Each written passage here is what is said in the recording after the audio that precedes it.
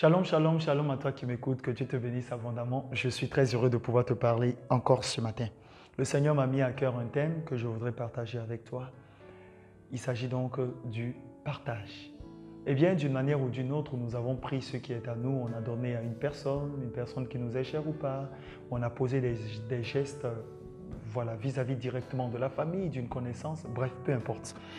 Je vais te définir d'abord le partage selon le contexte du dictionnaire, sachant que tu as déjà ta définition propre à toi, mais le partage, c'est simplement prendre une partie de ce que nous avons et en donner l'autre partie et à une autre personne.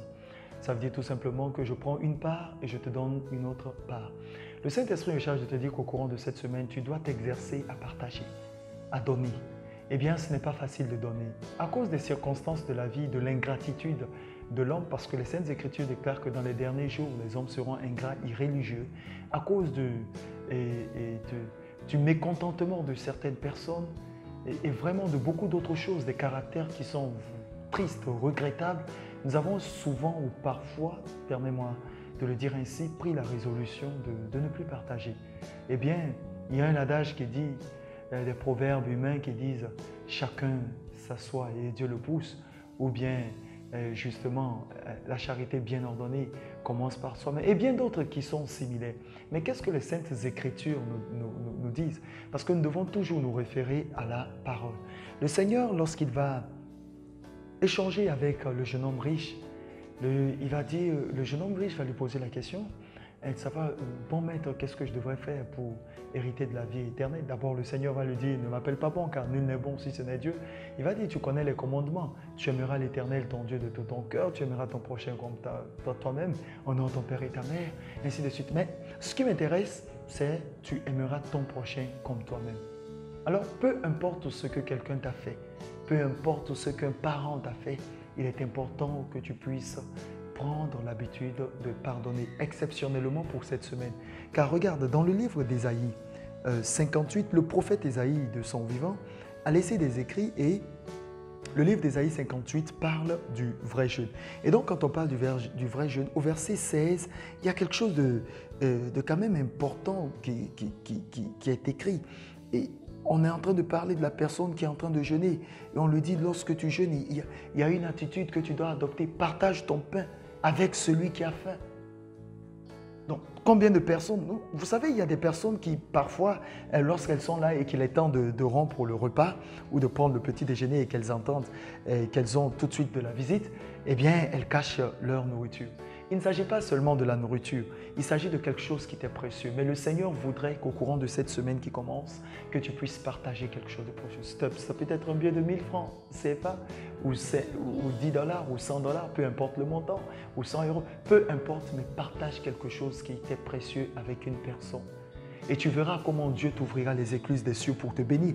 Parce que c'est en donnant que nous sommes récompensés. La Bible déclare, jette ton pain à la surface des eaux, car avec le temps, tu le retrouveras. Parce que tu ne sais pas quel malheur pourrait venir sur la terre.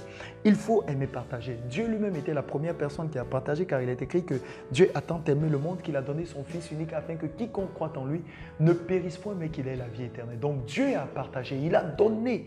Par son amour, il a donné son Fils unique. Alors, si Dieu a pu donner, il faut que tu le fasses. Et je vais attirer ton attention sur un fait. Dans le contexte du partage, il faut que tu penses à faire de l'aumône. Et oui, l'aumône est une attitude, est un acte qui est très apprécié par Dieu. D'ailleurs, dans les Saintes Écritures, quand on pose des actes ou encore des actions de générosité, d'amour ou d'hospitalité, la Bible encourage, car les Saintes Écritures déclarent qu'il faudrait poser ce type d'action, car en le faisant, certains ont logé, c'est-à-dire qu'ils ont reçu des anges sans le savoir. Qu'est-ce que Dieu te mettra à cœur de partager au courant de la semaine? N'hésite pas, fais-le et tu seras promptement béni. Je vais conclure en te disant, fais du bien autour de toi. Il est très important que tu prennes soin de faire du bien autour de toi au courant de cette semaine, car tu ne sais pas par qui est-ce que Dieu passera pour t'ouvrir les portes des écluses des cieux. Tu peux être en train de rentrer dans un bureau. Ce n'est rien que de partager ton honneur, ta dignité, ta fierté avec une autre personne. En faisant quoi? En appuyant juste le bouton de l'ascenseur et en permettant à la personne de rentrer en première position. Et ou si l'ascenseur est saturé, en laissant ta place à une autre personne. Ce sera un bonus pour toi. Partage avec moi justement ce texte d'Hébreux chapitre 13 au verset 16. Hébreux chapitre 13 au verset 16 nous dit ceci, écoute bien, il est écrit, et n'oubliez pas la bienfaisance et la libéralité, car c'est à de tels sacrifices que Dieu prend plaisir. Quand tu agis en tant qu'une personne bienfaitrice, Dieu aime cela. La libéralité aussi, c'est le fait de pardonner. Je prie le Tout-Puissant qu'il te mette à cœur de pardonner au courant de cette semaine. Fais-le et tu verras ce que Dieu fera en retour pour toi. Car la main qui arrose sera elle-même arrosée. Que Dieu bénisse ta semaine et que tu fasses des exploits au nom puissant de Jésus-Christ, notre Seigneur. Amen et Amen. Demeure infiniment béni.